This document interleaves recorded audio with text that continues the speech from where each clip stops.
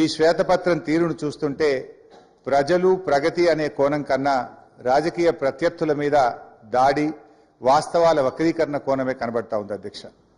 ఎందుకంటే అధ్యక్ష ఈరోజు ఈ ఆర్థిక శ్వేతపత్రం ఒకసారి మనం చూస్తే ఇందులో పేజ్ నెంబర్ 5లో అధ్యక్ష అంటే చాలా విషయాలు ఉన్నాయి. మేము మాకున్న కొద్ది సమయంలో ఎందుకంటే ఈ దేశంలోని అన్ని కన్వీనియంట్ గా వాళ్ళకు అవసరం బట్ అధ్యక్ష ఇందులో పేజ్ నెంబర్ 5లో కర్ణాటక రాష్ట్రానికి సంబంధించి బడ్జెట్ ఎస్టిమేట్స్ అండ్ ఎక్స్పెండిచర్ది మేము కాగ్ రిపోర్ట్ ఇప్పుడే నెట్లో ప్రింట్అవుట్ తీస్తే అధ్యక్ష బడ్జెట్ ఎస్టిమేట్స్ కర్ణాటకది 2,31,142 కోట్లుంటే ఇక్కడ 2,31,642 కోట్లుగా చూపించారు. ఎక్స్పెండిచర్ విషయంలో కూడా అధ్యక్ష 2,61,932 కోట్లను చూపించారు.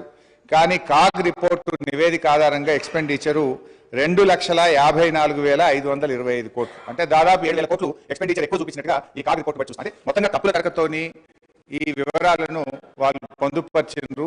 వాళ్ళు కేవలం ఇదంతా కూడా ఒక గత ప్రభుత్వాన్ని బదనాం చేయాలనేటువంటి ధోరణి కనబడతా ఉంది అధ్యక్ష. అదేవిధంగా ఇందులో ఉమ్మడి ఆంధ్రప్రదేశ్ వ్యయము తెలంగాణ వాటా అంటే 1956-57 నుంచి 2013-14 వరకు 41.68% ఖర్చు చేసినట్టుగా గంపగుత్త లెక్క తీసినారు. ఇది మనందరికీ తెలుసు అధ్యక్ష. వాస్తవానికి తెలంగాణ ఉద్యమం ఎందుకు వచ్చింది, ఈ పోరాటాలు ఎందుకు వచ్చినాయి, 69లో ఎందుకు పోరాడినాం అంటే తెలంగాణకు నిధులు తెలంగాణ ప్రాంతంలో ఖర్చు పెట్టాలనే జెంటిల్మెన్ అగ్రిమెంట్ను అమలు చేయకపోవడం వల్లనే ఆ రోజు తెలంగాణ ఉద్యమం వచ్చింది. అంటే దాని మీద గతం మీ కాంగ్రెస్ పార్టీయే అప్పుడున్నటువంటి కాంగ్రెస్ ప్రభుత్వాలు మరి చాలా కమిటీలు వేసినారు. అప్పుడు అప్పటి controller and auditor general Kumar Lalit committee కానీ, supreme court judge Vashishtha Bhargava committee report కానీ, బీపీఆర్ విఠల్ గారి రిపోర్ట్ కానీ అన్ని రిపోర్ట్లలో కూడా ఏముందంటే తెలంగాణ ఆదాయాన్ని ఆంధ్ర ప్రాంతంలో ఖర్చు పెట్టినారు, తెలంగాణలో ఖర్చు పెట్టలేదని చెప్పి చాలా స్పష్టంగా అనేక రిపోర్ట్లు చెప్పినటువంటి విషయం కూడా మనందరికీ తెలుసు అధ్యక్ష. అందులోనే చూసినట్టయితే ఒకసారి కుమార్ లలిత్ కమిటీ 1956-68 పీరియడ్లో ఒక రిపోర్ట్ ఇచ్చినారు.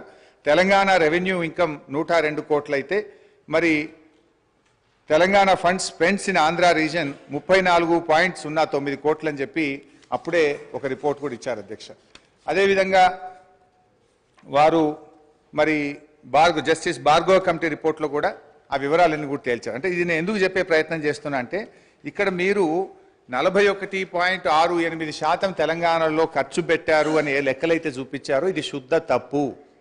కావాలంటే దీని మీద ఒక హౌస్ కమిటీ వేయండి, మొత్తం లెక్కలు తీద్దాం, నిజంగా ఎంత ఖర్చు అయిందో కావాలంటే మేము చూపించడానికి రుజువు చేయడానికి సిద్ధంగా ఉన్నాం. అంటే మీరేంటంటే అది 41.68% ఉమ్మడి ఆంధ్రప్రదేశ్లో ఖర్చు అయింది, అది ఏదో మెరుగ్గా ఉందని చెప్పి చూపించేటువంటి ఒక ప్రయత్నం చేసినారు, which is totally false and wrong అధ్యక్ష. అంటే బేసికల్లీ ఇంకోటి కూడా జరిగింది అధ్యక్ష.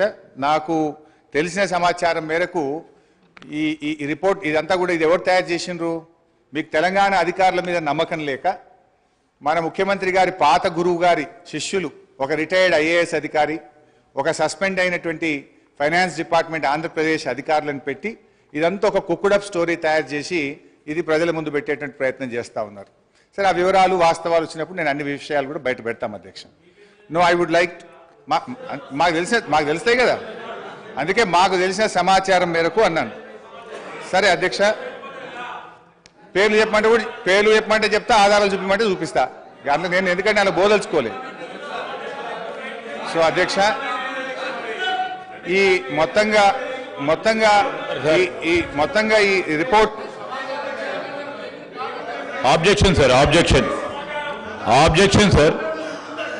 సార్ సమాచారం పూర్తి స్థాయిలో నిర్ధారణ చేసుకున్న తర్వాత ఫ్లోర్ మీద మాట్లాడితే బాగుంటుంది సార్. వారు సీనియర్ శాసనసభ్యులు నిరాధారమైన అంటే సత్యదూరమైన మాటలు చెప్పి సభను ప్రక్కదారి పట్టించే కార్యక్రమం చేస్తా ఉన్నారు అధ్యక్ష.